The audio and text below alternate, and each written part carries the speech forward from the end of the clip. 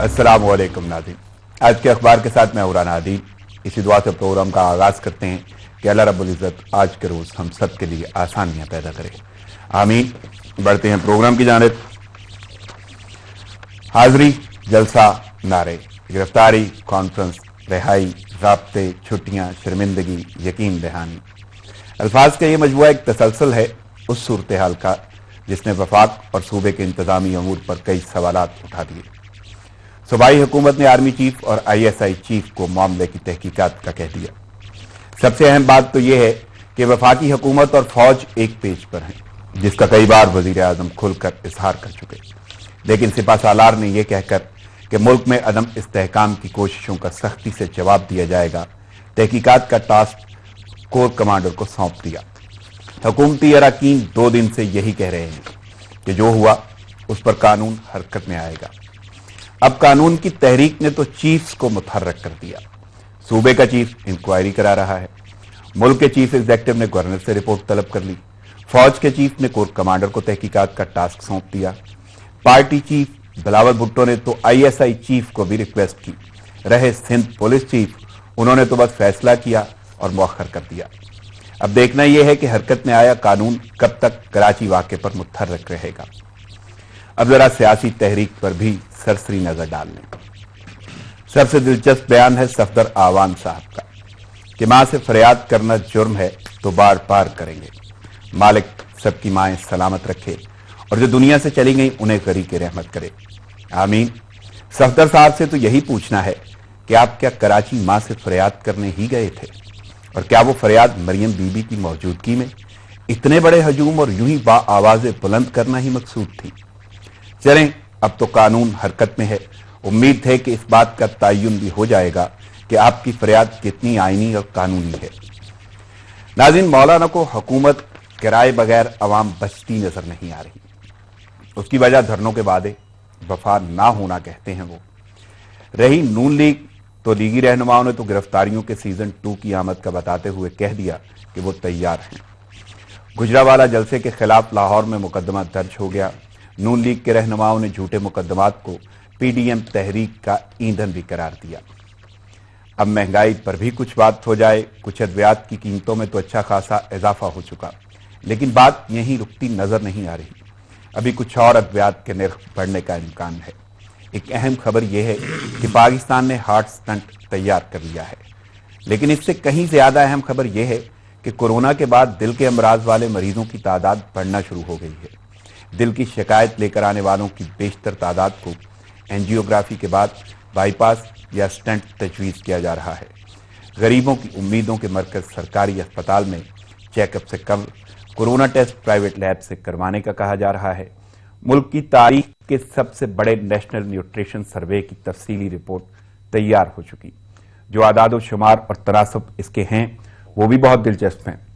यानी कद के हिसाब से वजन या वजन के हिसाब से कद, कद के लिहाज से उम्र या उम्र के लिहाज से कद, कहां कहां कितनी कितनी गजाई किल्लत है, बच्चों और बड़ों में विटामिन का क्या तनासब है, सबसे ज्यादा अहम माओ को किस मुश्किल का सामना है। ये सब तफसीलात प्रोग्राम का हिस्सा हैं। नाज़रीन, हाजिर होते हैं मेहमानों के साथ एक छोटे से वक्फे के बाद। साथ रहिएगा। वेलकम बैक नाज़रीन, खबरों और तजियों के सिलसिले को आगे बढ़ाते हैं, लेकिन सबसे पहले मैं अपने मेहमानों का तारुफ आपके सामने रख दूं। मेरे साथ मौजूद हैं तजियाकार हैं, तजियाकारी में अच्छी खासी महारत रखते हैं और तजर्बा ये है उनका, इनकी यूं कहने के तजर्बे की तवालत भी अच्छी खासी है, सालों पर मुहित है। मेरे साथ मौजूद हैं स्टूडियो में तजियाकार मोहतरम जनाब ब्रिगेडियर रिटायर्ड तारिक जमान साहब। अस्सलाम वालेकुम। वालेकुम अस्सलाम। दूसरी शख्सियत का मैं तारुफ आपके सामने रख दूं, वो भी मेरे साथ मौजूद हैं और ये इनका ताल्लुक शोबा सहाफत से है और अच्छी खासी महारत रखते हैं। बहुत सारी अंदर की खबरें इनके पास मौजूद होती हैं। मेरे साथ मौजूद हैं सज्जाद काज़मी, सच न्यूज़ के नुमाइंदे इस्लामाबाद के मेरे साथ हैं। अस्सलाम वालेकुम सज्जाद। दोनों शख्सियात का बहुत शुक्रिया वक्त निकाल के आपने प्रोग्राम में शिरकत की, थैंक्स अ लॉट। चलते हैं अखबारात की जानिब। सबसे पहली खबर और लीडिंग स्टोरी जो है वो एक सूरत हाल जिसका मैंने इंट्रो में बड़ा वाज़ेह जिक्र किया है, वो बड़ी गंभीर सूरत बनती जा रही है। मामला है कैप्टन सफदर का और उनकी गिरफ्तारी के हवाले से, और गिरफ्तारी तो हो चुकी, रिहाई भी हो चुकी, रिहाई से मुराद जमानत पर वो बाहर हैं। और उसके बाद लेकिन सूरत जो बन गई सूबा सिंध की, उसी हवाले से बिलावल भुट्टो की आईजी से मुलाकात, सिंध पुलिस क़यादत ने छुट्टी पर जाने का फैसला मौखर कर दिया। और इसके बहुत सारे मुहर्रकात हैं, क्योंकि सफदर अवान की गिरफ्तारी हुई, उससे पहले तो बल्कि हाजिरी हुई, हाजिरी में जो सूरत रही, उसके बाद गिरफ्तारी और बाकी मामलात। लेकिन ये सारे की सारे मामलात को जो है वो सूबा सिंध को देखना पड़ रहा है, लेकिन इसमें कौन कौन शामिल है, इसी हवाले से बिलावल भुट्टो की आईजी से मुलाकात हुई, क्योंकि सिंध पुलिस ने छुट्टियों का कह दिया, दरखास्तें दे दी और वो फैसला भी मौखर कर लिया गया है। तो ब्रिगेडियर साहब, सबसे पहले तो मैं आपसे ये जानना चाहता हूं कि सूरत हाल को कैसे देख रहे हैं? देखिए राना साहब, पहला तो मेरा ये सवाल है कि कैप्टन रिटायर्ड सफदर की गिरफ्तारी पे इतना वावेला क्यों? क्या कायद के मिजार पे, मानिए पाकिस्तान कायद आजम मोहम्मद अली जिन्नाह, उनके मिजार पे जूतों समेत जाना, वहां पे हलड़बाजी करना, वहां पे उसकी बेहुरमती करना और जंगला फलांग के जाना और सियासी उस मकासद के लिए इस्तेमाल करना, जो कि कानूनन जुर्म है और इन राइटिंग है, सही, और इसकी मिनिमम सजा 3 साल और लाखों में जुर्माना भी है। बिल्कुल। क्या ये कैप्टन सफदर साहब ने कोई बहुत बड़ा ऐसा कारनामा कर दिया कि जिसकी वजह से उनके ऊपर जरा से अगर गिरफ्तारी की बात की जाती है और इसको इस तरह इशू बनाया गया, एक नॉन इशू को इशू बनाया गया? मैं तो इसको पहले ऐसे लूंगा। सही। फिर FIR का इंदराज हुआ, जो कि एक कानूनी तौर पे एक हक है, एक शहरी और एक वकास नामी लड़के ने किया। अब मैं कल बड़ा हैरान हुआ कि वजीर आला सिंध मुराद साहब वो फरमा रहे हैं कि जी हमने उसका वो कॉल ट्रैकिंग रिकॉर्ड लिया and he was not there at the time of occurrence of this incident, मिजार पे वो मौजूद नहीं था। ओ भाई, इतनी तहकीक आप उस मुजरिम के बारे में करें जिसके अगेंस्ट FIR दर्ज हुई है, क्या वो दुनिया ने नहीं देखा? क्या वो नारे और ये वो सारा अलग उला, क्या वो जुर्म नहीं था? और उसके ऊपर नहीं, उस बंदे जिस गरीब ने FIR दर्ज कराई है उसका शजरा नसब खंगाला जा रहा है कि वो किसका भांजा किसका भतीजा, नंबर 1। दूसरा, मैं राना साहब ये कहूंगा, ये बदकिस्मती है कि इसको एक पॉलिटिकल वो जो दम तोड़ती हुई इनकी PDM, मैं इसको कहूंगा, और मैं पाकिस्तान डिस्ट्रक्शन, खुदा न खास्ता डिस्ट्रक्शन मूवमेंट कहूंगा, ये डिस्ट्रक्शन की तरफ ले जाना चाहते हैं मुल्क को। किसी की ईमा पे फॉरेन हैंड्स हैं, इंटरनल हैं, एक्सटर्नल हैं, उसकी वजह से नहीं। ब्रिगेडियर साहब, अभी तक जो सूरत हाल है, क्योंकि मेरा मौकफ या यूं कह लें कि वो जो हेडलाइन जो मैंने आपके सामने रखी, मैं उस पर आ रहा हूं, उसका जो सारे मुहर्रकात है ना, वो ये नहीं है कि जिसने मुकदमा दर्ज कराया। नहीं, मैं थोड़ा सा बैकग्राउंड दिया, मैं उस पर आता हूं, आप उनके मुहर्रकात पे आता हूं। अब देखें ना कि उसमें अब यहां तक तो ये हुआ कि FIR दर्ज हुई। जब FIR दर्ज होती है तो गिरफ्तारी भी होती है, और अगर गिरफ्तार किया गया तो क्या वो खुदा न खास्ता उनकी बेहुरमती हो गई? ऐसा बिल्कुल नहीं था। अच्छा, मैं थोड़ा सा और इसके बैकग्राउंड में जाऊंगा। यहां पे ये भी कहा गया, वहां पे भी तजाद हैं, बहुत सारे तजादात हैं। ये मरियम सफदर साहिबा ने कहा कि जी वो कमरे का दरवाजा तोड़ के आए, ये हुआ वो हुआ। एक जगह पे कहा कि जब कैप्टन सफदर ने दरवाजा खोला तो सामने रेंजर्स खड़ी थी। भाई देखें, इतना हाई फाई होटल है, जरा गौर करें इस चीज के ऊपर। इतना हाई फाई होटल, मतलब VVIP 5 स्टार 6 स्टार जो भी है, वहां पे ठहरी है ना। बिल्कुल। तो क्या वहां कैमरे नहीं थे? वो कोई एक कैमरा तो सामने ला के दिखाएं जिसपे रेंजर्स दरवाजा तोड़ती हुई दिखाई जाए या पुलिस दरवाजा तोड़ती हुई दिखाई जाए। सर, ये सारा एक प्लान करके इसको, तहरीक को, दम तोड़ती हुई तहरीक को तड़का लगाने की कोशिश। अब आए उसके ऊपर, जो सिंध पुलिस ने इनिशियली इस पर ट्वीट किया, जब यह हुआ उसी दिन सिंध पुलिस ने ट्वीट किया कि जी ये ठीक है, मतलब ये एक जुर्म था और हम इसके ऊपर एक्शन लेंगे और इंसाफ किया जाएगा, और कानून के मुताबिक पुलिस ने एक्शन किया। नो मैटर के बाद में वो ट्वीट हटा दिया गया। अब ये सारा देखते जाए जरा सीक्वेंशियल। इसके बाद क्या होता है कि जनाब वावेला मचाया गया, वो हमारा मेहमान था, सिंध में था, ये हो गया। बिलावल साहब ने प्रेस कॉन्फ्रेंस की, वज़ीर आला ने की कि जी हमारा मेहमान था, हम किसी को मुंह दिखाने जोगे नहीं रह गए। यार खुदा के बंदो, मुंह तो वैसे ही करप्शन की वजह से आप किसी को नहीं दिखा सकते, इसके ऊपर गैरत जागी है। मैं ये कहता हूं राना साहब, ये इंतहा की मतलब एक साजिश है। और फिर इसमें एक उस पे आते हैं, अभी आप जो IG पुलिस से, अगर आप मुझे तो मैं एक सवाल कर लूं। कतअन इसका मतलब ये नहीं था जितनी आपने डिस्क्रिप्शन दे दी। अच्छा कि आपने सब कुछ मेरा पूछना ये है सिर्फ इतना। जी जी बताइए कि किसके इमा पे ये हुआ? देखें, पहली बात मैं पूरा मुकम्मल कर लूं, किसके इमा पे मुकदमा दर्ज हुआ, देखें दूसरी बात किसके इमा पे गिरफ्तारी हुई, ठीक है, कैसे वो गिरफ्तारी हुई, सारी सूरत कैसे, अगर मैं इसको इस तरह लूं, चले मैं आपके सवाल का जवाब स्ट्रेट देता हूं, क्या ये सिंध गवर्नमेंट के इमा पे नहीं हो सकता? तो उनके सूबे में हुआ, कह रहे हैं कि नहीं हमने नहीं, वज़ीर आला बड़े मुबहम अंदाज में, देखें वज़ीर आला साहब के मुंह में जुबान थी, पहले दिन उस जुबान से वो बयान देते मोहम्मद जुबैर के जरिए, बिल्कुल, तो मोहम्मद जुबैर के, और जुबैर साहब बाद में पीछे हट रहे हैं, कहते हैं जी मुझे तो जो वज़ीर आला ने कहा मैंने वो बोल दिया कि फलान फलान। देखें सर, बात सीधी है, सिंध के अंदर हुआ ना, सिंध की पुलिस ने किया, फिर आईजी पुलिस साहब, अभी वो कल छुट्टी का ड्रामा, जो अगले सवाल का दूसरा हिस्सा आपका कि बिलावल की आईजी सिंध से मुलाकात। देखें, आईजी सिंध एक गवर्नमेंट एम्प्लॉय है, सारी पुलिस एक गवर्नमेंट एम्प्लॉय है, इट्स अ डिसिप्लिन्ड फोर्स।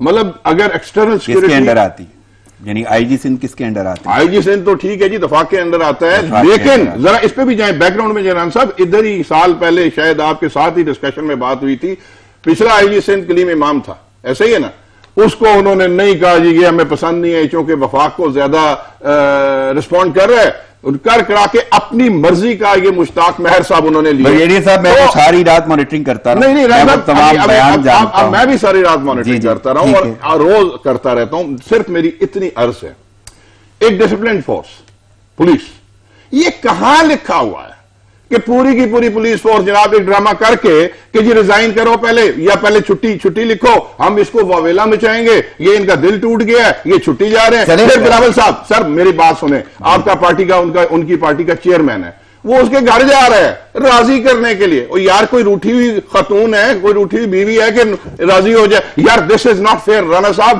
कानून को ये ब्रिगेडियर साहब मसला ये नहीं है, वो राजी इसलिए कर रहे हैं कि वाकई वो आईजी पुलिस है, ठीक है, पहली बात। दूसरी बात ये है कि जिसको बड़ा आपने, जिसे आपने बड़ा मासूम बोला है ना कि जी यार जिसने एफआईआर दर्ज करा दी उसके पीछे दहशतगर्दी का पर्चा, जिसको आप बड़ा मासूम कह रहे हैं यार, मैं बताता हूं, मुझे गुफ्तगू करने दें, दहशतगर्दी उसके पीछे कौन थी पीटीआई के लोग, वो पीटीआई के किस रुकन का क्या रिश्तेदार है, वो एक अलग मैटर है। पीटीआई क्या इंडियन है खुदा ने खास्ता? नहीं तो मैं नहीं कह रहा, गवर्नमेंट पार्टी है और पीटीआई अगर पर्चा कराती है तो वो मैं ये नहीं कह रहा, मैं सिर्फ ये कह रहा हूं कि जितनी मासूमियत उसकी है उसके बाद का एक्शन उसी की मासूमियत की बिना पे है। पीटीआई सारी रात वहां पे बाहर पर्चा काटो के नारे लगाती कर रही थी ना, कानून के लिए कर रही। एक वजीर, वफाकी वजीर जो वाकई आईजी को वाजे तौर पर ये कह रहे थे कि सुबह तक अगर पर्चा ना कटा। अब मुझे बोलने देना, आप कह रहे हैं कि पीटीआई सारी रात थाने के बाहर बैठ के कहती है पर्चा काटो, हुकूमती पार्टी के वर्कर्स हैं,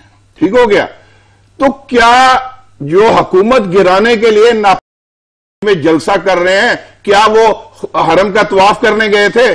बात सीधी है कि आपकी सिटिंग गवर्नमेंट के अगेंस्ट वो कर रहे हैं और आपको एक मौका मिला, लूज बॉल मिली, कैप्टन सफदर ने जुर्म किया, आप उसके खिलाफ एफआईआर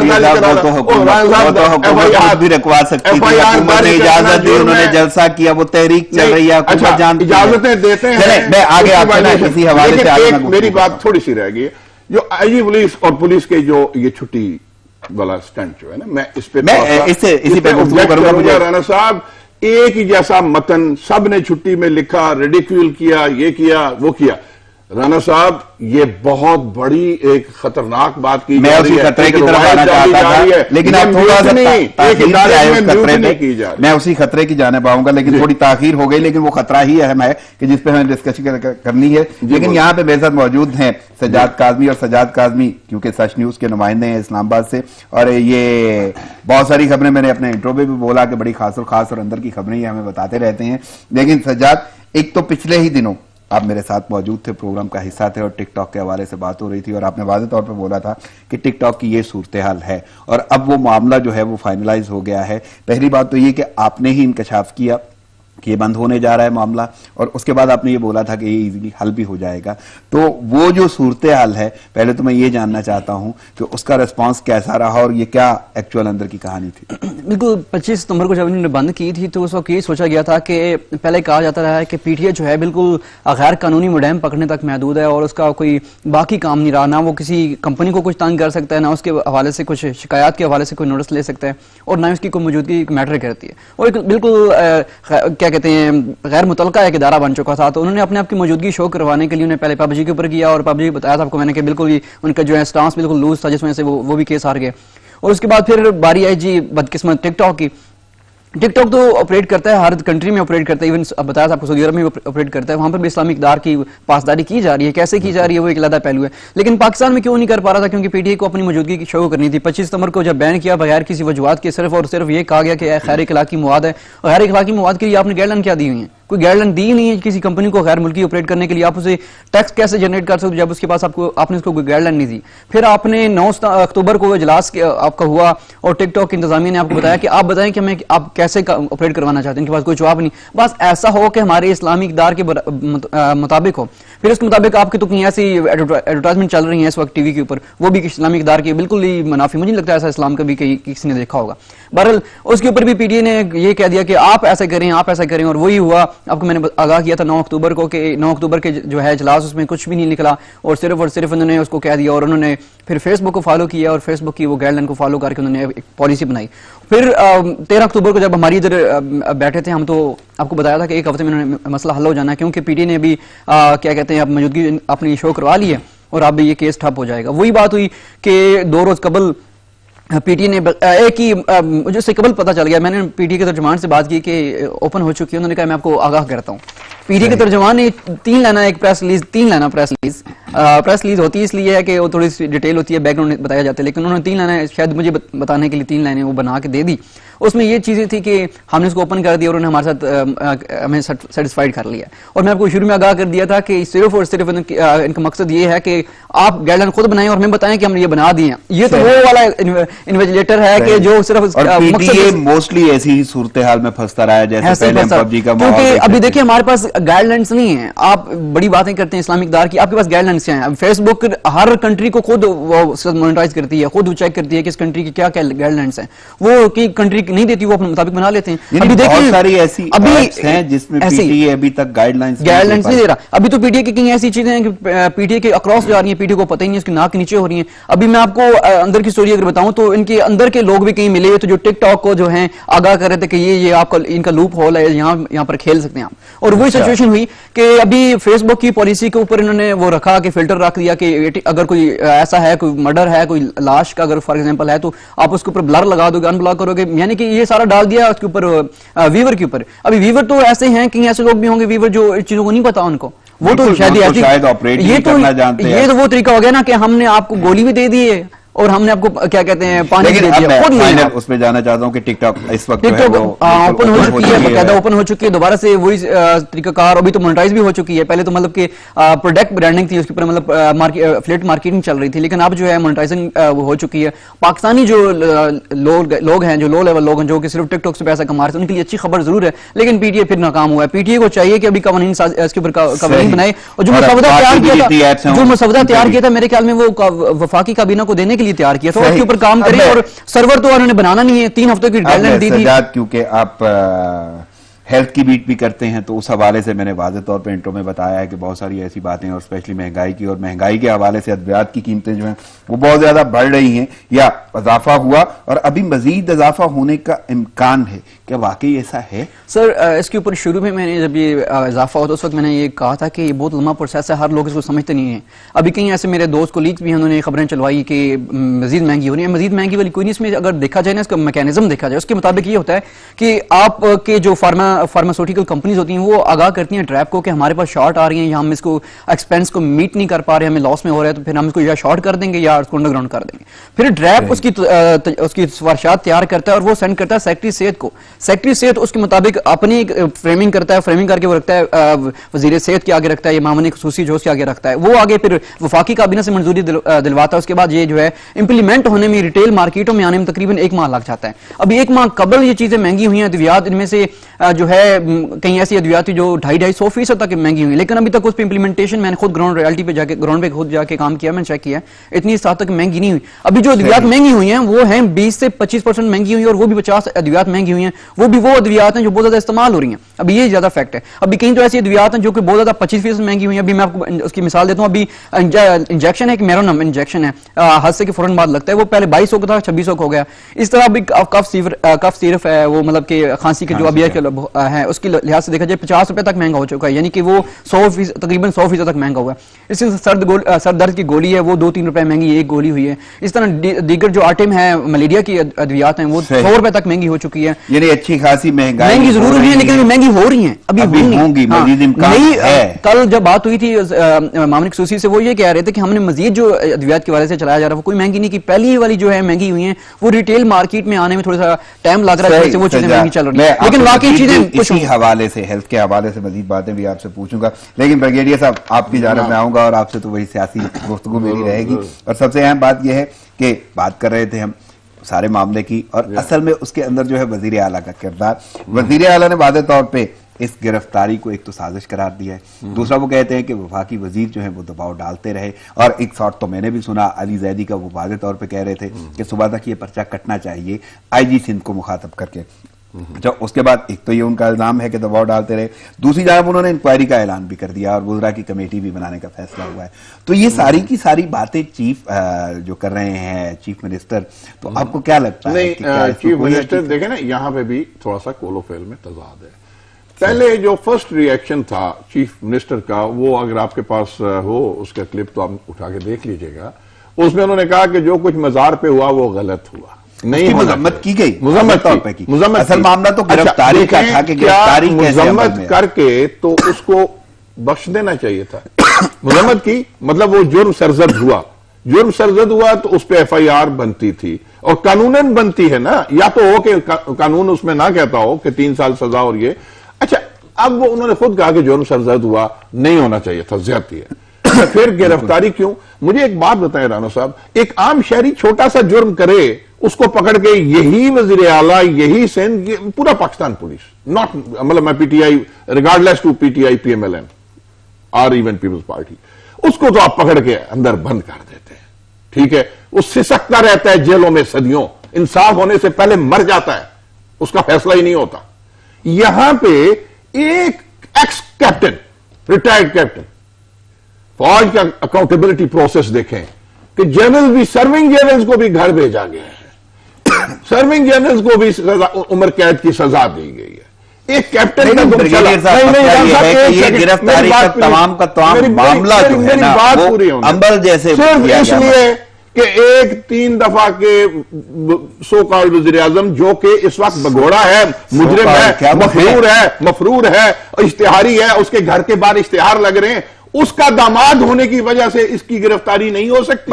इसमें कोई एतराज नहीं, ब्रिगेडियर साहब होनी चाहिए, ठीक है, वो कानूनी और आईनी अगर है, लेकिन गिरफ्तारी का तरीकाकार है। और सबसे अहम बात यह है कि ये जो बातें सामने आ गई, अभी तो मैं इधर ही आता हूं, अभी वो जो मोटरवे रेप केस, जरा वो देखिएगा जरा, वो एक मुजरिम था ना जी, उसके पीछे पुलिस, सारी दुनिया, media, everyone including my self, क्यों नहीं पकड़ा जा रहा, क्यों नहीं, उसके घरों में भी छापे मारे, उसकी बीवी को भी उठा लिया, वो जो क्रेडिबिलिटी नहीं चाहता, यहाँ पे सिर्फ ये है कि वो मौसूल मैं इस्तराहत पे होटल के कमरे में नॉक करके क्यों गिरफ्तार कर, ओहो, मसला ये नहीं है, मसला ये है कि वो गिरफ्तारी कैसे अमल में आई, किसके ऑर्डर पे आई, मुकदमा किसके कहने पे काटा, कैसे काटा गया, ये सवालात है। ब्रिगेडियर साहब यहाँ पे मुझे एक वक्फा लेना है, एक छोटी सी बात कर लेना। जी जी, देखें, अगर कानून नहीं अमल हरकत में आ रहा और एक वजीर भी फोन करके, वफाकी वजीर ही सही, कि भाई क्यों नहीं गिरफ्तार कर रहे, क्यों नहीं पर्चा कर रहे,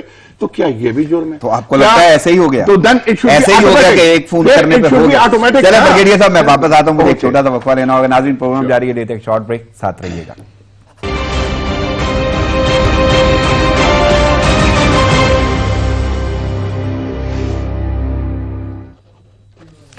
वेलकम बैक नाज़रीन, खबरों और तजियों का सिलसिला जारी है। मैं मजीद खबरों को आगे बढ़ाता हूं और मेरे साथ इस वक्त मौजूद हैं सजाद काज़मी, जो हेल्थ बीट करते हैं, और उनसे बहुत सारे ऐसे सवाल आते हैं जो मुझे पूछने हैं। सबसे अहम बात जिसका हमने अद्वियात का जिस तरह जिक्र किया था, लेकिन एक बात मैंने बताई थी कि पाकिस्तान ने स्टंट तैयार कर लिया है और पाकिस्तान में दिल के अमराज वाले मरीजों की तादाद बढ़ना शुरू हो गई। शिकायत लेकर आने वालों की बेशतर तादाद को एंजियोग्राफी के बाद बाईपास और स्टंट तजवीज़ किया जा रहा है।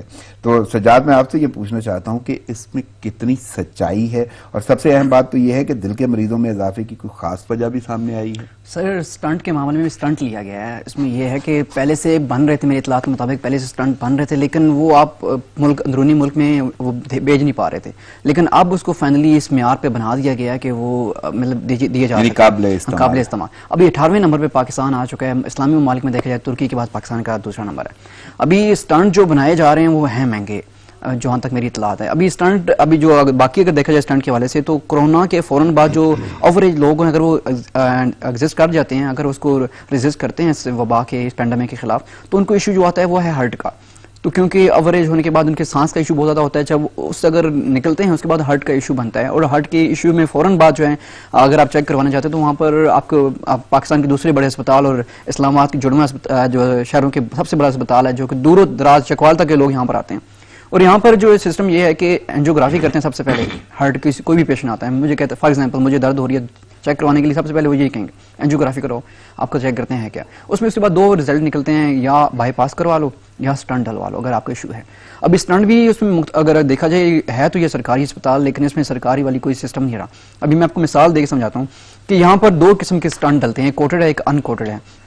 बाईपास अगर आप थोड़े बहुत सरकारी फैमिली से हैं तो आपको 10,000 रुपए का डिस्काउंट मिलेगा, तब भी आपका 1,15,000 बनेगा बिल। वैसे 1,25,000 है बाईपास का। अगर स्टंट की वजह से देखा जाए तो 1,30,000 से 1,60,000 तक पैसे लिए जाते हैं, और 2 लाख रुपए आपको एडवांस में सिक्योरिटी फीस देना पड़ती है। अगर आपके पास वो है तो ठीक, नहीं तो फिर आप किसी और अस्पताल चले जाएं।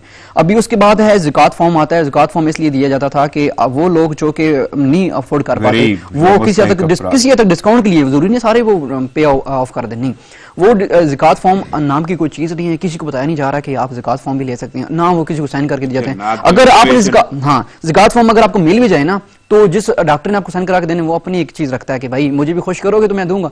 अभी उसके बाद अल्लाह करे आप अगर कोई बंदा बच जाता है तो उसके बाद नर्सों की टिप जो है वो बंदे को लेट उठती है। अभी मैं वजह क्या है, यानी कोरोना के बाद जो है इमराज, जो दिल के इमराज में इसलिए इजाफा हो रहा है, ज्यादा हो गई, तजवीज भी स्टंट किया जा रहा है। तो इसमें ये इसका है कि कोरोना के बाद जो है हार्ट के इश्यूज बढ़ रहे हैं, क्योंकि वो सांस के जैसे मैंने पहले मेंशन किया। उसके बाद जब ये चेक करवाने जाते हैं तो पेमेंट्स में ये सूरत हाल चल रही है, ये सरकारी इदारा, और बाकी प्राइवेट की सूरत हाल तो इससे कहीं आगे 5-5 लाख तक लिए जा रहे हैं। अभी कल में दोस्त सरकारी अस्पताल जा सकता है, उसका सोचता है वहां जाना चाहता है, तो उसकी मुरादें तो फिर भर नहीं आती। उससे पहले मैं जरा की वजह से बताऊं कि 89 करोड़ रुपए की करप्शन बेज़ाब्तियों का एक मामला है। ऑडिटर जनरल की रिपोर्ट भी है, वो रिपोर्ट के मैं पीछे हूं, जब तक वो नहीं आती उस वक्त तक कंफर्मेशन नहीं हो सकती। लेकिन इजराइल के मुताबिक ये स्टोरी बहुत अच्छी थी, लेकिन फिर मैं काम करूं। बहरहाल इस पे अगर देखा जाए तो इसमें यह है कि अभी जो बंदा दूर दराज से आ रहा है वो सिर्फ ये सोच के आ रहा है कि मैं यहाँ पे सरकारी से इलाज करूंगा, लेकिन यहाँ पर वो नहीं। अभी मेडिसिन के हवाले से देखा जाए, मेडिसिन के हवाले से देखा जाए, अगर मेडिसिन के हवाले से देखा जाए तो मेडिसिन भी इन्होंने फार्मेसी की रखी हुई है। जहां तक मुझे एक बंदे ने अंदर से बताया, वो कहता है कि हमने फार्मेसी रखी हुई है, वहां पर इंसानों को तजवीज किया जाता है यार ये दवाई अद्वियात वहां से लेके आओ, और वहां पे भी लोग अपना जो है एक प्रॉफिट रख रहे हैं। अभी लोग ऐसे भी हैं कि कल एक बंदा था, उसने वहां पे शोर डाला है, वो मुझे कहता है कि मेरे पास इतने पैसे नहीं, इतने आपने सिक्योरिटी में से रखवा लिया, डिपॉजिट रखवा लिया, आप टिपें ले रहे हो, मैं कहां से अफोर्ड करूंगा, आप बंदा मार दो। उसने आगे से ये बोल के कहा। इन्होंने फिर उसके शोर को देखते हुए कहा कि हमारे पास मेडिसिन है, हम अरेंज कर लेते हैं। मेडिसिन पहले ये कहा गया कि आप लेके आओ, वो मेडिसिन 5,000 की सिर्फ एक मेडिसिन है। उन्होंने कहा वो जानबूझ के बाहर भेज दिया जाता है, लेके आओ, हमारे पास मेडिसिन नहीं है। उसने शोर डाला, वो लेट गया वहां, वो कहता है मेरे इतने पैसे आपने लिए हुए, बंदा जब मार दो इसको, आगे से उसने ये बोल के गया। फिर उसके बाद उन्होंने क्या किया, चले हम मेडिसिन अरेंज करते हैं, मेडिसिन खुद अरेंज की। फिर नहीं तो कोई चेक एंड बैलेंस नहीं, कोई check and balance sir cardiac department का कोई चेक एंड बैलेंस है ही नहीं। आप जरदारी साहब जो कि हमारे माशाल्लाह सदर साहब रह के गए हैं, साबिक का सदर है हमारे, उनके पास कितने पैसे चार्ज किए, कोई टका तक चार्ज नहीं किया, और कोई न्यूट्रिशन सर्वे के हवाले से बड़ी इंफॉर्मेशन मुझे चाहिए, वो नाज़रीन को बताना मैं जरूरी समझता हूं। लेकिन उससे पहले मैं जरा ब्रिगेडियर साहब की जानब रुख करता हूं। ब्रिगेडियर साहब, मामला तो वही है, लेकिन मामला आर्मी चीफ तक चला गया है। टेलीफोनिक राब्ता हुआ बिलावल भुट्टो का आर्मी चीफ साहब से, और उन्होंने वाज़ेह तौर पे कराची वाक़या पर बातचीत भी की। बिलावल भुट्टो ने नोटिस लेने की अपील की उनसे, और उन्होंने नोटिस लिया, और उन्होंने वाज़ेह तौर पे कोर कमांडर को तहकीकात का टास्क सौंप दिया है। मैं तो ये जानना चाहता हूं कि अगर मामला कुछ नहीं है, बड़ा सादा सा मामला था, एक FIR कटनी थी, गिरफ्तारी होनी थी, सब कुछ होना था, आखिर एकदम ये मामला या सूरत इस नहज पर कैसे पहुंच गई कि आर्मी चीफ साहब को इन्वॉल्व करना पड़ा, उनसे रिक्वेस्ट करना पड़ा? पहली बात तो है ना, जो मैंने सुना मतलब वही चैनल्स में, सोशल मीडिया पे, कि आर्मी चीफ साहब ने ऑलरेडी इसका नोटिस ले लिया हुआ था, और उन्होंने अपने तौर पे ऑर्डर दे दिया हुआ था इंक्वायरी का। बिलावल साहब ने खैर उनकी टेलीफोनिक रब्ता अगर उन्होंने कर भी दिया था तो क्यों करना पड़ गया? तो मैं उसी पे आ रहा हूँ। राना साहब, हम इतने मासूम नहीं हैं। 2 दिन से 3 दिन से हम क्या देख रहे हैं चैनल्स पे, टीवी पे। कल भी मैं एक्स गवर्नर जो है उनके पीपल्स पार्टी के वो है खोसा साहब, वो उनको भी मैं देख रहा था। ओपनली दे आर सेइंग कि जी ये जब आए रात को उनको लेके गए। बिलावल भुट्टो ने कहा जी कि वो कौन थे जिन्होंने घेरे में ले लिया, वो कौन थे, 2 बंदे घेराव किया और 4 बजे वो ले गए हमारे आईजी को। ये बातें ऑन द रिकॉर्ड है, ऑन द रिकॉर्ड है। अब या तो इतनी हिम्मत हो कि खुल के आप नाम लो, वो नहीं लेते, लेकिन मुबहम या गैर मुबहम अंदाज में इशारे तो उधर कर रहे हैं ना। जब आपके मुल्की दिफा के इदारे के ऊपर बात आए, कीचड़ उछालने की कोशिश की जाए और उसी एजेंडे को जो चल रहा है पिछले कुछ अरसे से उसको आगे बढ़ाने की कोशिश की जाए, तो मेरे ख्याल में आर्मी चीफ साहब ने बहुत अच्छा फैसला किया कि ठीक है जी, मैं इंक्वायरी, आर्मी की बहुत अच्छा फैसला किया। मैं तो जानना चाहता हूं कि नहज पर आए क्यों और कैसे, आपको क्या लगता है? साहब, जब ओपनली आपके इदारे के बारे में मतलब शक्कू को इदारे के मामले किया जाए, मैं आर्मी की तो बात नहीं कर रहा, मैं तो उस इदारे की बात कर रहा हूं। पुलिस का चीफ जो है वो एकदम से छुट्टियों पे जा रहे हैं, उनसे रिक्वेस्ट की जाती है, वो छुट्टियां वापस हो जाती है। अच्छा देखिए, मैं यही जानना चाहता हूं छुट्टियों वाला तो देखिए हमने पहले बात की, मैं इसको आप तस्वीर का दूसरा रुख क्यों नहीं है, हम अज्यूम कर रहे हैं ना, तो एक अजम्पशन ये भी तो हो सकती है कि उस आईजी पुलिस को, ये मेरा जाती राय है, कि उन्होंने एफआईआर दर्ज की, कानून के मुताबिक किया, गिरफ्तारी कराई, बाद में पीपल्स, और आप जैसे आपने कहा कि वो वफाक के अंडर आता है, तो बाद में पीपल्स पार्टी वगैरह इन्होंने उसको, ज़ाहिर सिंध में गवर्नमेंट तो उनकी है, उन्होंने इन सारों को इतना जिच किया, इतना इनको खींचा था ना कि वो प्रेशर में आ गए। उन्होंने कहा जी हम इस प्रेशर सिचुएशन में नौकरी नहीं कर सकते। आपको क्या लगता है, यानी आईजी साहब नहीं बयान कर सकते या उनकी जुबान है ना? और देखो राना साहब, अगर उसको रात को कोई गिरफ्तार करके ले गया, अगवा करके, he is IG police of सूबा, Why doesn't he register FIR against them? सही, मैं आपके हक में हूं, आप बिल्कुल ठीक कह रहे हैं कि आईजी साहब को सामने आ जाना चाहिए, बोलना चाहिए। लेकिन एक चीज, मैं ये जानना चाहता हूं कि वो बोलेंगे तो वाजे हो जाएगा सब कुछ, या तो ये है, ठीक है। दूसरा, आर्मी चीफ इंक्वायरी अगर कर रहे हैं, लाजम बात है, तो वो मंजरे-आम पे आएंगे, लेकिन वो इंक्वायरी होगी ना। मेरा तो सवाल ये है कि यानी मामला इस नहज तक आया ना कि आपको इंक्वायर करना पड़ा, लाया गया ना उधर से डिजाइन के तहत। आपको क्या लगता है कि कौन लाया? देखें सिर्फ ये राना साहब, इसमें ताने बाने बाहर मिलते हैं, आप मान जाएं, मैं हमेशा ये कहता हूं, मैं इस मुकदमे नहीं गिरफ्तारी बताता हूं क्यों। ये जो पीडीएम की मूवमेंट है, आप कहते हैं फिर आप उधर ले जा रहे हैं, लेकिन ये क्यों चल रही है? क्यों नवाज शरीफ साहब के बयानिए को तकवीयत दी जा रही है? क्यों ये सारे चोर चक्के इकट्ठे हो गए हैं? इसलिए कि एक गवर्नमेंट आपको बेहतर तरीके से इस्टेब्लिश होती हुई नजर आ रही है। ओ भाई, आप इन्हीं लोगों के बयानिए देखें। माजी में जब इमरान खान ने धरना दिया 126 दिन का, 3 दिन वावेला मचाया गया, इधर सेशन चले, असेंबली के ज्वाइंट सेशन चले और कहा गया जी ये धरना शरना, ये गैर जमहूरी तरीका है, इस तरह हुकूमतें नहीं गिराई जा सकती। वेट फॉर 3 इयर्स, या तख्त या तख्ता हो जाएगा ना, या फिर खुदा न खास्ता पीटीआई एलिमिनेट हो जाएगी या इस्टेब्लिश हो जाएगी। अब ये सारी दुनिया को जो एंटी पाकिस्तानी हैं उनको नजर आ रहा है कि ये मुल्क तो बेहतरी की तरफ जा सकता है इस लीडर के अंडर, वो इसको तोड़ने के लिए। और इदारा, हिटलर ने कहा था, मैं बारहा कहता हूं कि किसी मुल्क को कमजोर करना हो तो उसकी आर्मी के और अवाम के दरमियान गैप क्रिएट कर दो। अच्छा, मजे की बात है, जितने इनके बयानी आते हैं, मैं सोशल मीडिया पे देखता हूं, लोग फौज से और मोहब्बत कर रहे हैं। और ये जान के, ठीक है, कैप्टन सफदर की गिरफ्तारी जो आपने बात की, उसने भी फिर एक जाके गलत मेरा सवाल, और इसमें कोई शक नहीं है कि पाक आर्मी से सब प्यार करते हैं, उसको सोचने की जरूरत नहीं। और पाक आर्मी ही अब इंक्वायर करवा रही है ना, कोर कमांडर को, जो सामने लेके आएगी, सामने आ जाएगा। जिस तरह आप कह रहे हैं कि वो मतलब वेट फॉर 3 इयर्स, उन्होंने एक रात का वेट नहीं किया, और ये गिरफ्तारी वाकई वो कहीं ना कहीं नहीं, एक रात का क्या वेट, यानी अगली रात गिरफ्तार करते नहीं। मेरे कहने का मतलब ये है कि अगर ये एक रात वेट नहीं हुआ और ताले टूटे, जिसका वो जिक्र कर रहे हैं, जो ऑन द रिकॉर्ड बातें कही गई, जो इल्जामात लगाए गए, दरवाजे टूटे, वो सीएम साहब ने कहा है। नहीं, कोई आम शख्स नहीं। मुझे थोड़ा सा कोई आम शख्स, एक मिनट, दबाव डालने की एक मिनट दें, इस पर बात करता हूं। जी, आप कहते हैं कि एक रात इंतजार कर लेते, सुबह 7:30 बजे बकौल उनकी फ्लाइट थी, उन्होंने वापस आ जाना था, ठीक है।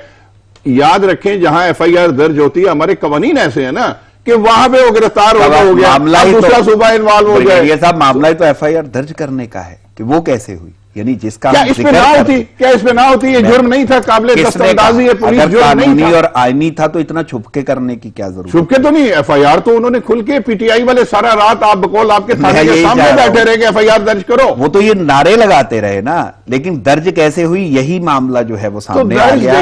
अब अगर आईजी सिंध या पुलिस वाले छुट्टी पे जा रहे हैं तो वो नहीं, ये छुट्टी पे जाने वाला ड्रामा है, जाए ना।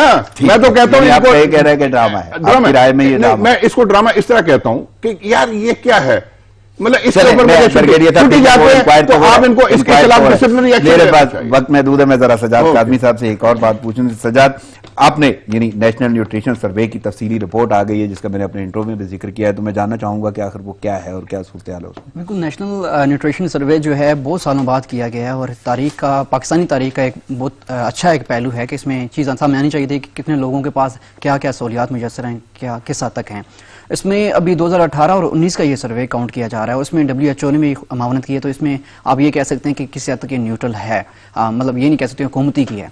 अच्छा, इसमें जो चीज़ें देखी गई हैं वो ये देखा गया है कि बच्चे और स्पेसिफिकली जो वुमेन्स हैं उनके लिए ऊपर उनको फोकस किया गया। उसमें ये चीज़ें देखी गई हैं कि किस हद तक जो है कद और उसके साथ साथ जो है वेट और उसके साथ साथ किस हद तक जो है साफ पानी तक रसाई है।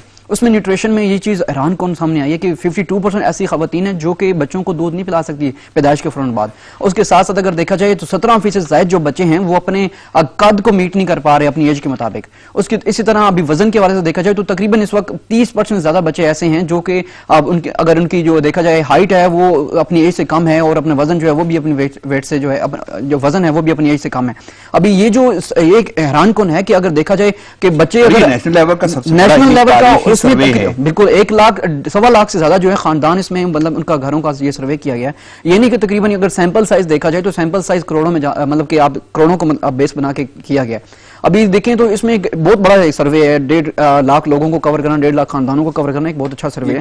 ये नेशनल गवर्नमेंट लेवल पे किया गया और यूनिसेफ और WHO। सबसे अहम बात ब्रिगेडियर साहब, इसमें मामला ये हुआ है कि बहुत सारी चीजें सामने आई हैं, बड़ी अलार्मिंग किल्लत के हवाले से, साफ पानी के हवाले से देखा जाए तो उसमें सिंध की ज्यादा जो इन्फेक्ट्स आए हैं वो बहुत हैरान होने के वहां पर चीजें मतलब साफ पानी तक मुझे असर नहीं है। साफ पानी और बाकी चीजें लेना होगा, अगले प्रोग्राम में हम इसी हवाले से जरूर गुफ्तगू करेंगे। आपकी आमद का बहुत शुक्रिया ब्रिगेडियर साहब, आपकी आमद का बहुत शुक्रिया। नाज़रीन, प्रोग्राम का वक्त खत्म हुआ चाहता है, मुझे इजाजत दीजिए, दुआओं में याद रखिएगा। अल्लाह निगहबान।